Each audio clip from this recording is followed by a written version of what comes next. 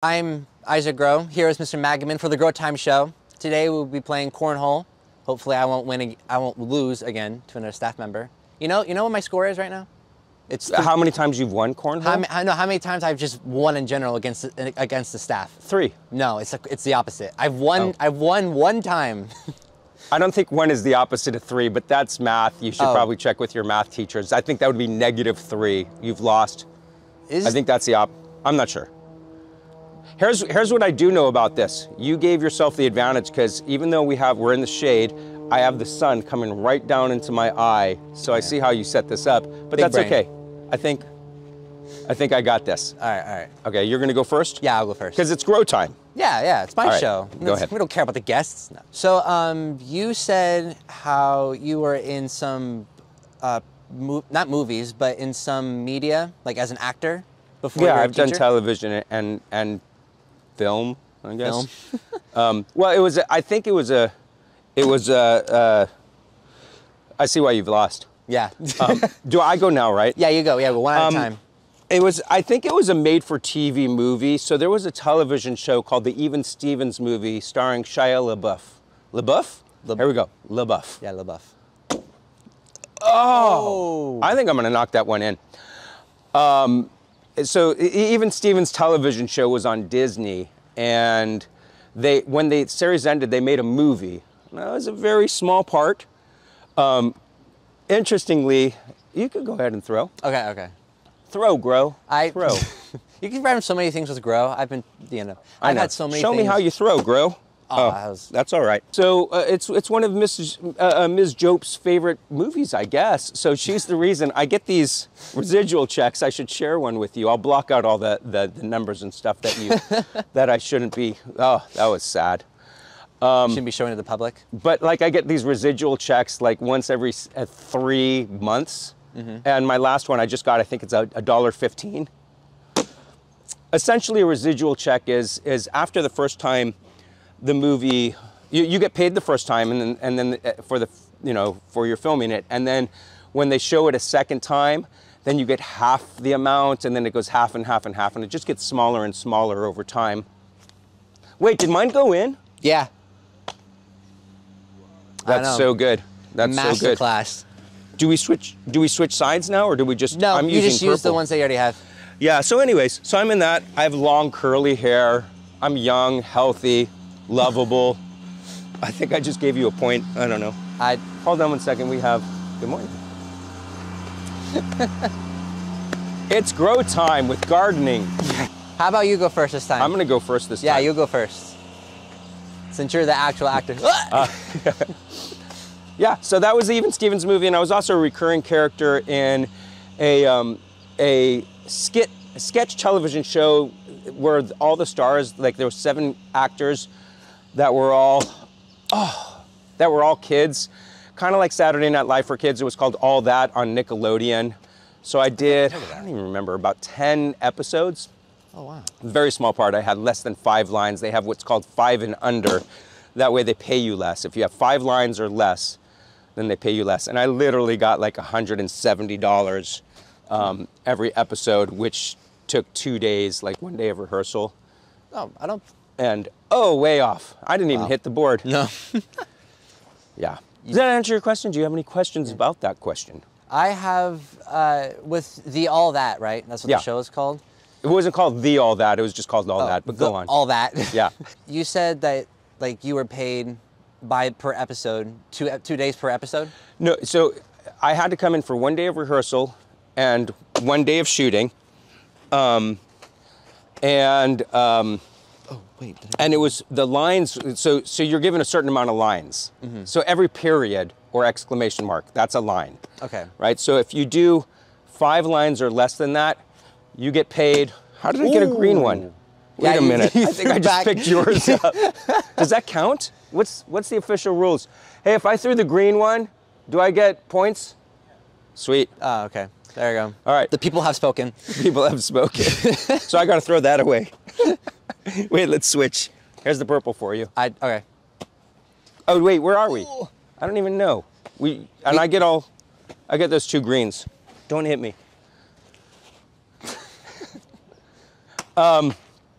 So, like, I meant to ask if that was what you feel like you were paid fair for that.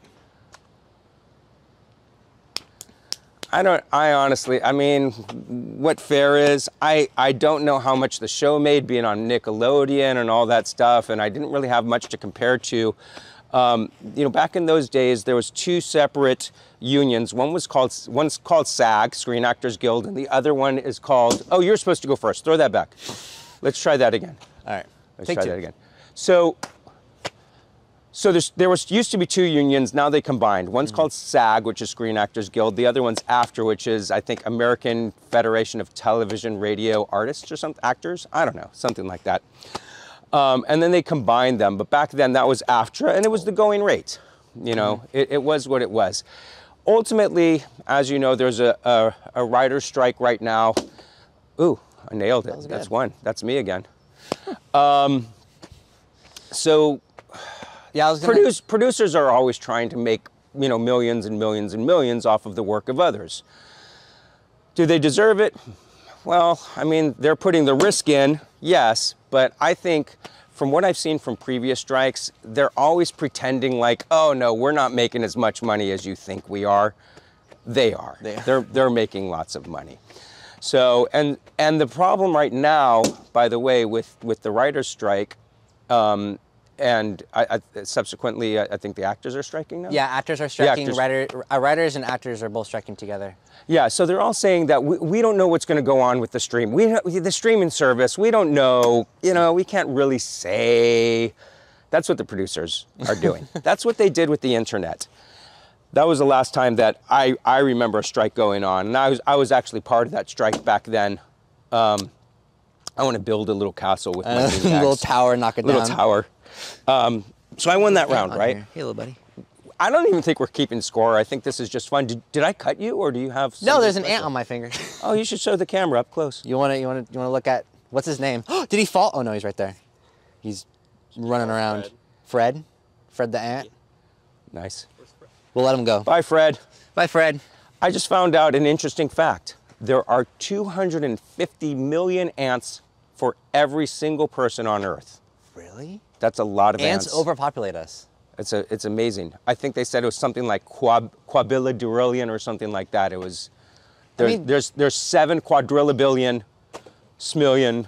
I don't know. They do live everywhere though, except for, you know, really cold places. But they live in deserts, rainforests, valleys. Yeah. So I wouldn't be surprised. Yeah. So I don't know. I got another one. That was nice. Huh. You really are really good at this. You go ahead, shoot. I just want to watch this.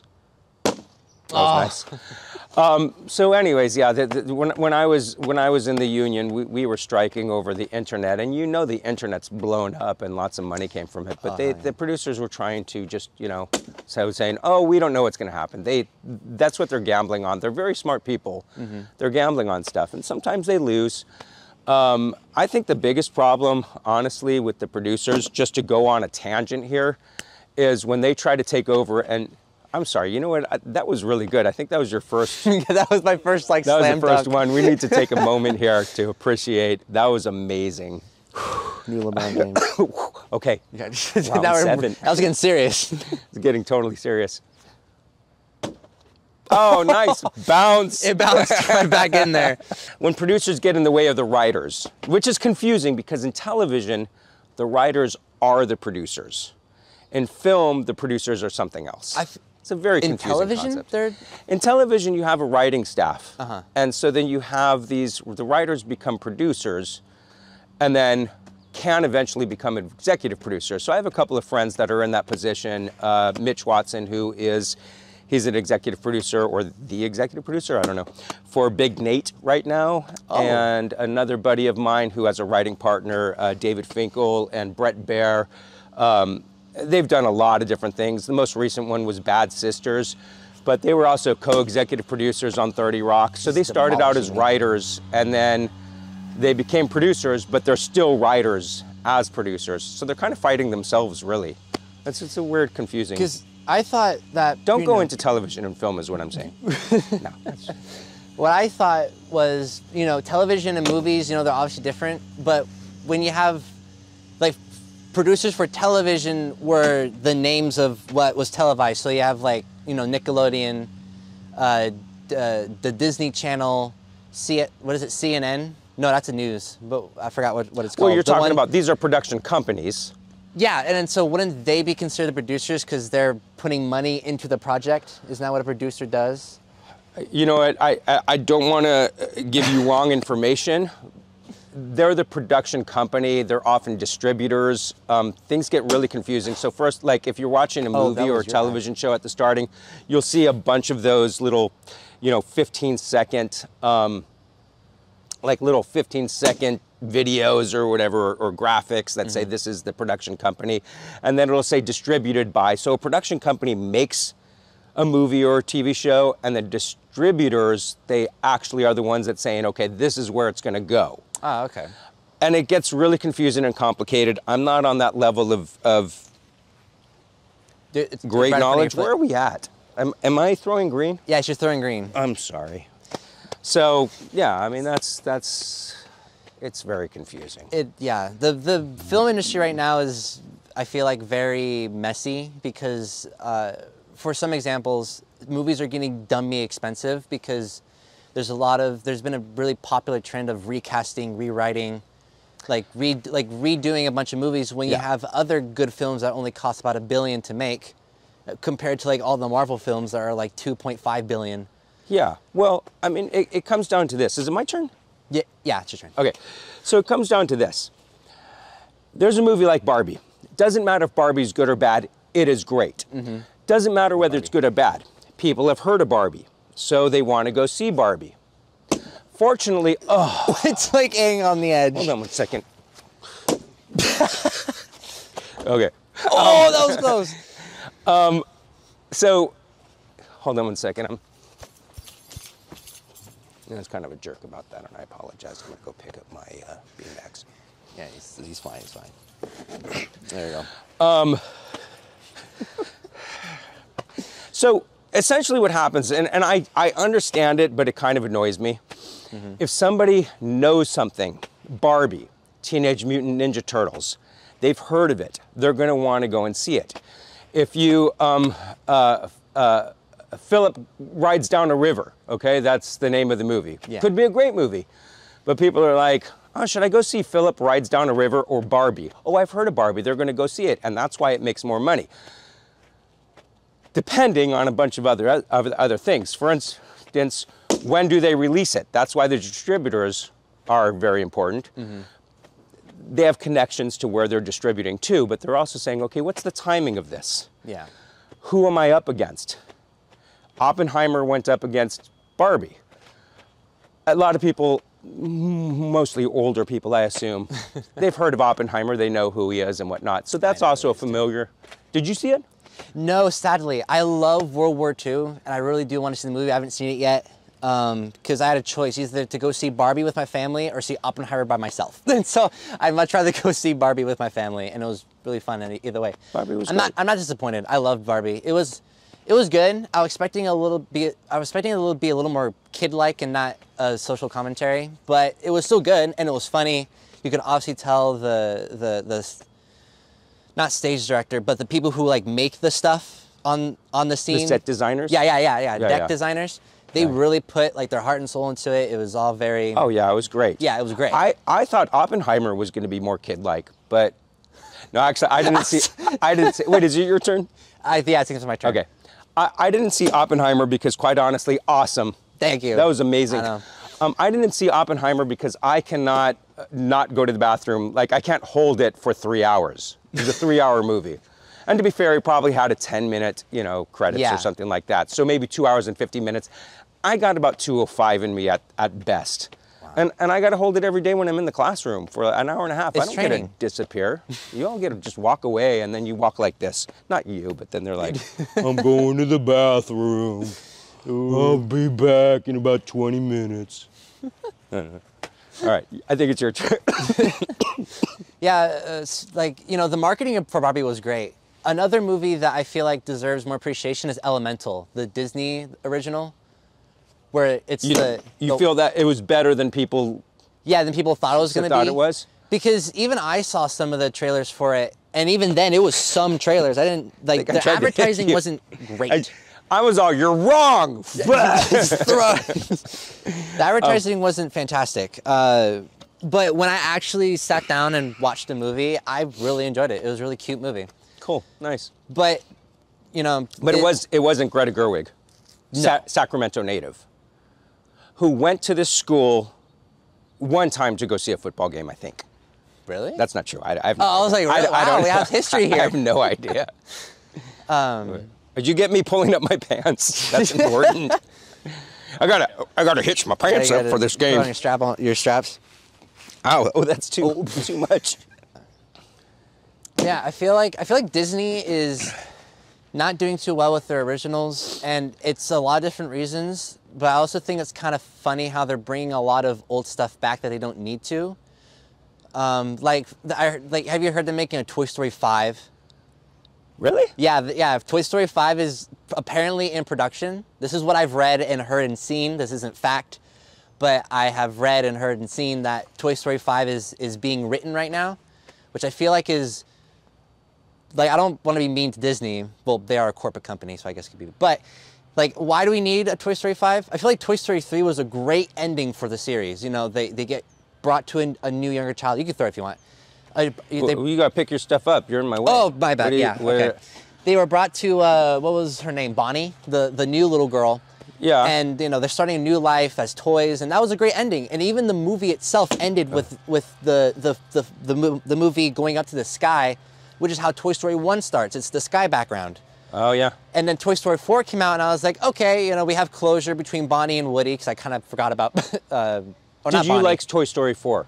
Huh? Wait, can I pause for a second? Yeah, I just want to say my favorite thing about how this question started was Julian on camera. Just, he paused and went, really? Really?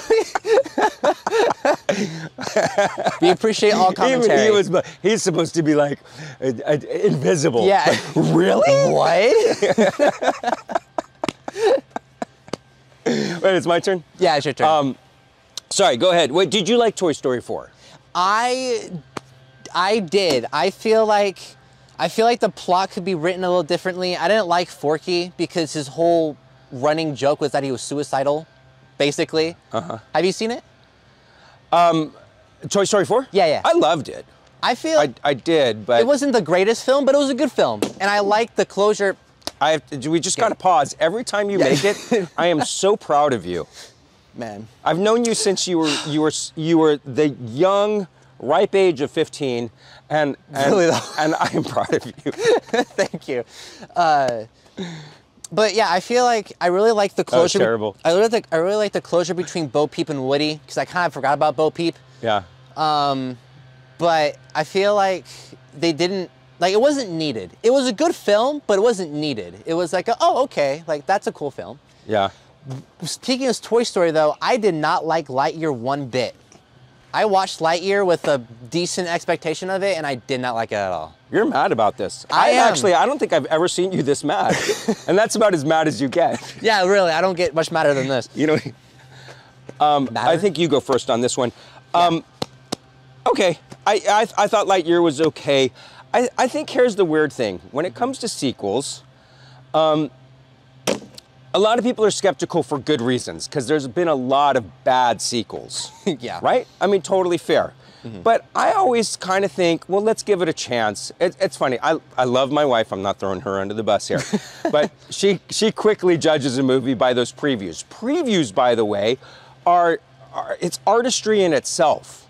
Like, these are people that have nothing to do with making the film, but they make the previews. They're trying to sell the product of the film. And then you either go, oh, that's a good idea or a bad idea. But I just say, watch it. And if you start to see the sequels go downhill, don't go anymore. Yeah. But what are we on Fast and Furious? 10? 11? I've never seen one, and my apologies to Justin Lin, who he's an acquaintance of mine. He started on Tokyo Drift. Oh. I forgot to mention, I was in a movie of his, a low-budget movie called, what was it called? Finishing the Game. It was about Bruce Lee's, it was like a mockumentary about Bruce Lee's past movie. Justin Lin went to school with a friend of mine, Josh Diamond. They co-wrote this movie together. And so Justin and I went to a lot of parties together. He liked me, so he threw me in his film. I'm like that and gone. Like, I'm in it, gone. With James Barry, chef, he's a wonderful guy. I'm just throwing out names for you to get to know people. Anyway, but Justin Lin was a director on several of those. Again, my apologies, I've never seen one Fast and Furious, but they're on what, 10, 11? I think people it's 11. still going. As long as people still go, it doesn't even matter if it's good or bad. Yeah, people are still going to... The production companies want to make the movies because they're going to make money. And to be honest, that's, for the most part, what the producers want. They quite often don't care about quality. Yeah, it's just about the cult following. Yeah, well, I mean, in those cases with the sequels, the cult following, but it's all about money. I want to make money. Yeah. We all want to make money. That probably was bad for the thing. I want to make money. And then you could like, dub that in. Is that weird? I don't know. You can try. So I'm looking forward, by the way, to the extended cut of this Grow Time. I know. Like the director's cut. Yeah, we're definitely going to have a director's cut of this show. Yeah. You know, we have the features, but we're going to have a director's cut that I'm going to keep for life. Yeah. It's literally going to be like 2 questions, and it's going to be done. And we're like... Maybe 2 parts of 45 minutes later. Yeah, we're just laying. We're just like real chill. Oh. I can do better than that. I'm almost there.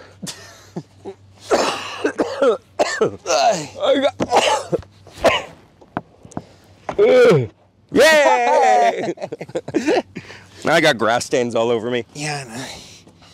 Anyways, where were we? Previews. Fast and Furious and preview. Oh yeah, no, but you're talking about like Toy Story 5. Yeah. So you think they're do Toy Story 5? You don't like this? No, I'm not. No. When do you think industry should stop with the sequels? You think it should be one and done? What do you think? I feel like sequels. Because this is Maggot time with Magedman. Yeah, you're answering. When should they stop these sequels? I feel like series should stop with the sequels after the main story has been flushed out. Because with Toy Story 1, you know, it introduces us to Woody and Buzz, and the main conflict of the movie is how they don't get along, and then the climax of the movie, they get along, and they beat Sid, the evil next door neighbor, and then they're all good friends. Toy Story 2 comes around, Andy's older, and oh man, I haven't seen Toy Story 2 in a bit. No, Toy Story 1, Woody gets kidnapped, right? Anyway, but my point is that... You think that... I'm assuming you're saying that, like, you feel like the story arc over the course of 3 movies have wrapped itself in this circle and completed, and now you're done with the story. Yes. And sometimes it's kind of like television shows. We watch season after season, and then there's a term called... They call it jump the shark, which comes from an old TV series called Happy Days. Ow! Ow! I know. I feel my gosh. Iron. It's Grow Time. So there was a TV series called Happy Days, and they did this really terrible episode with Fonzie, Henry Winkler, if you know who that is.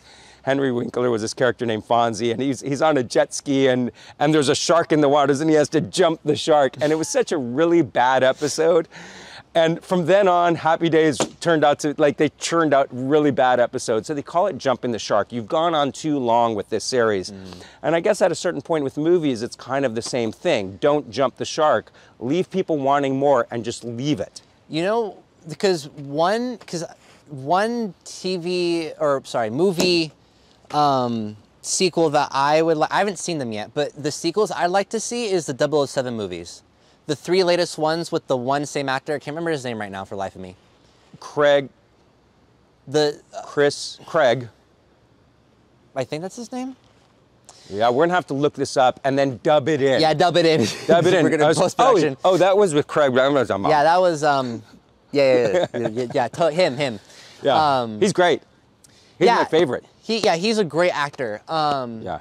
But I think it's your turn, right? But you know, there's so many 007 movies. That was so bad. That people are like, oh, like, you know, there's so many of them. Why would she even continue to keep going? With the newest 3 movies, I feel like they're good because now there's a new arc that helps the character grow. Because, you know, James Bond and 007 the same people, right? 007 is his number. They James have Bond is his numbers. name. The 00 means they have a license to kill. Yeah. I'm actually 0022. Oh, wow.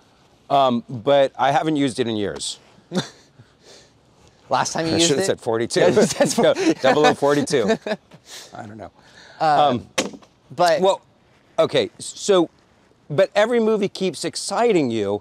So what if these other movies that keep going with these sequels, what if they just keep telling a good story? Ultimately, for me, and I think this is really storytelling theory, that in every movie you have your protagonist, antagonist, and ultimately you want your protagonist to learn something new about themselves. They have a new issue they have to face, and they have to learn, they have to overcome something new. And if you keep telling the same story without anything new going on, without any new emotional or psychological learning, then that's when it starts to die. Go ahead. So, no, I was gonna say, speaking of psychological learning, I really, like most people, I really like Guardians of the Galaxy's Volume 3. Yeah. Even though it's considered a sequel, it's heavily based off of Rocket's backstory, which we didn't quite know. Yeah. But it wasn't just telling his backstory. It was him. It was the movie showing us his backstory and how he overcomes his trauma and his sadness. Yeah. With his new family in the galaxy. So, yeah, like you said, it's good if the new story gives an arc for the character and doesn't just tell a story. I'm trying to think of an example that is heavily into that. Well, that was a pretty good example. I mean, like because that one was a lot about Rocket. Yeah. We start with him in the when I say we, they, yeah, whatever. the audience. Yeah, I wasn't a part of it to let everybody know. Nothing to do You with sure that you weren't in film. the background somewhere? I've been a background extra in a lot of stuff, by the way. I once did. There was a movie about Tina Turner, and it was called "What's Love Got to Do with It?" And there's a huge audience scene. I mean, there was like 500 people. By the way, if you ever watch a large scene where there's like 500 people, way in the back, they just have cardboard cutouts, literally cardboard cutouts. It's just amazing. Well, not cardboard, but yeah, it's like a cutout or whatnot in the background. But anyways, we're in this theater. I was there for 8 hours and whatnot. I got paid $50 for the day. And when I was leaving, I jaywalked across the street. Don't jaywalk. Actually, it's no longer illegal in California, but no. I jaywalked to As go long get to as my the street car. isn't busy. Yeah, it's I not got stopped and given a ticket for $50. Very sad. Oh, so close. Did you? I went on a tangent. Yeah, no, I was gonna say, did you? What is a movie that noticeably, speaking of Rocket's tragic backstory, what movie made you like cry genuinely? Most movies make me cry. Anyone that comes to mind, like Fast. I cry literally, and I've seen it dozens and dozens and dozens of times. I cry every time I watch Up when the wife dies. Oh, yeah. I'm thinking about it right now. I just got emotional. you get that sensation right there. That's fine. It's a safe space. Like every single time. What a beautiful opening. It is. That opening. And I love the score. Hans Zimmer. What's his name? I don't know. What are you talking about? The score person who made the song. His name's like Hans Zimmer. No, I thought it was Michael Giacchone, isn't it? I thought it was. Hans Zimmer did Interstellar and Dune. I love that, Julian. Can I just film you for a second? Yeah, Julian, please, we need your commentary. I am so proud of, I always see you constantly working. I am so proud of you, almost as much as I am proud of Isaac, but I've known Isaac longer. This is beautiful. I'm so looking forward to the extended cut. I wouldn't have done this without Julian. Julian's definitely has a lot of skill. I'm knocking those in. Wait, is it your turn? You can go ahead. I think it's Michael Giacchone. Okay, never mind then. Who is he made one of my favorite speeches. You look it up. You could use a clip of it, I'm sure, because I think it's fair use to use a certain amount of time of it. His speech when he won, it might have even been for Up. He talked about how his dad gave him a camera when he was young, and he would just go out, and his dad was just like, go and create, and that's it. And that's what he did. And I actually cried when I saw that speech. You might think I'm so manly, like most people do. They're like probably the third most manliest teacher on this campus, right behind Rob McGinnis and Doug Huey. Oh. I'm the third most manliest, but I cry. I cry at movies and stuff, and it's funny because I try not to. Same. I'm always trying not to. I'm like, don't let my wife see me crying, and then she does this. It's so terrible. She does this when she knows I'm crying because she'll go like this. She just, it makes her feel so emotional. Like that's when she most loves me, when I cry. Mm-hmm. And yet I didn't cry when my kids were born. Like everybody else in the room was crying. Yeah, you're like, oh my God. There was literally half a dozen people. When I was in the back, I had the seats in the mezzanine when my boy was born. And all of her friends were surrounding her and whatnot. And they're all crying. And I'm like, a kid's covered in cottage cheese. Yeah. You ever seen a kid born, by the way? They just have white stuff all over them. I've never heard someone use this cottage cheese. That's hilarious. Yeah, it's kind of a weird thing. Yeah. What were we talking about? I just wanted to ask you, like, what movies noticeably, like, what first comes to mind when a movie makes you cry? Like, what movie comes to mind? Oh, like I said, Up already, but here's what really makes me cry at a movie, and this is besides what happened in Up. When a character takes their own personal needs and wants, and they throw it outside, and everything is about the other person. I'm giving up everything for you. That's what makes me cry, and I think that's because that's what I believe everybody should be. Put others before yourself. Because I see so many people that put themselves before others people. It drives me nuts. And not that I don't do that. I do it in my life. I put myself before others. But I try to aim a lot. I'm stacking them. Make another tower. I try to aim to put others before me as much as possible. And I just love that in people. So I really want you to win is kind of the thing here too. But I don't know if you know that. This is why I keep blowing it intentionally. Oh, wow. I don't like being handed my rewards. I want to work for them. Oh, all right. Throw it at them. Totally fair. No, because you have one more. You didn't do this one. Okay. Because one movie that I did not think would make me cry was Inside Out. And I want you to guess what scene made me cry during Inside Out. I would say it's, are we out of film? No. Julian was just. How are we doing on time, by the way? I don't know. It's been like. I think I have to create a test, so we're gonna have to wrap this up. Okay. I'm gonna guess when, and I forget his name. What's the elephant? Bing Bong. Bing Bong. When Bing Bong disappears. Yeah. Right. Yeah. And you know what? I couldn't help but cry. I was so embarrassed. I was right there with you. I would have been, if I was seeing the movie with you, I would have been father-like, and I would be like, I agree, boy. Yes. I agree. Because for me personally, my dad's in the military, for those who don't know. He's not frontline infantry, he's a mechanic. But still, that he went off to Afghanistan when I was really young for a long time.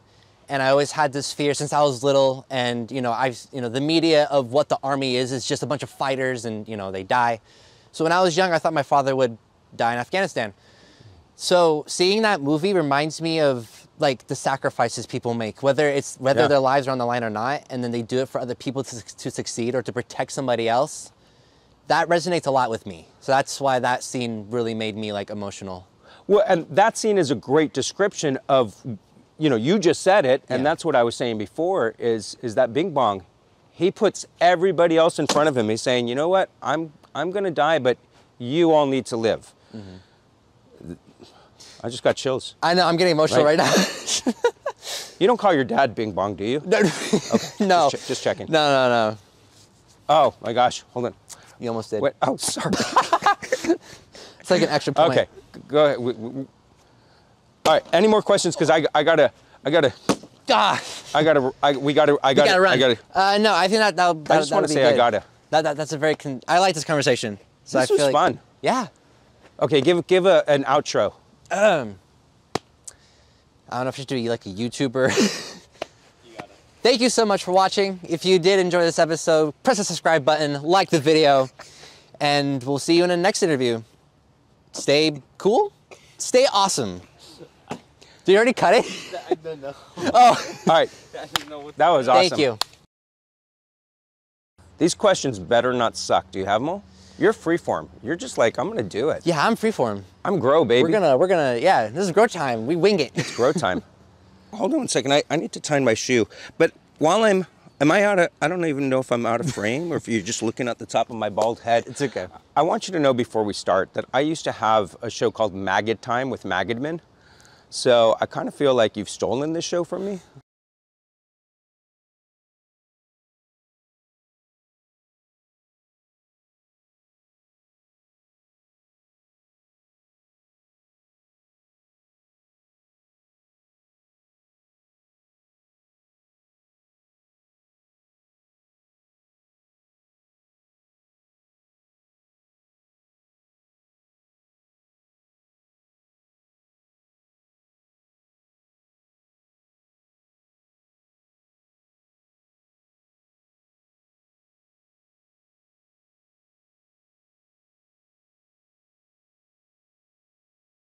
If we talk like this, Or we can go let's like whisper quiet. to each other like we're in a Don't worry, we can do that. That is very loud. I could actually even hear myself, literally. Is it you? Almost whispering, and I could still hear myself. That's Oh, crazy. Julian. I can't hear anything. Julian. Sorry.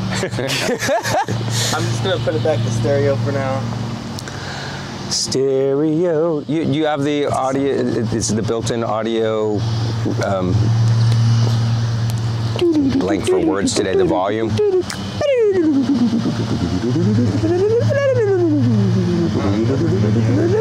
It's embarrassing.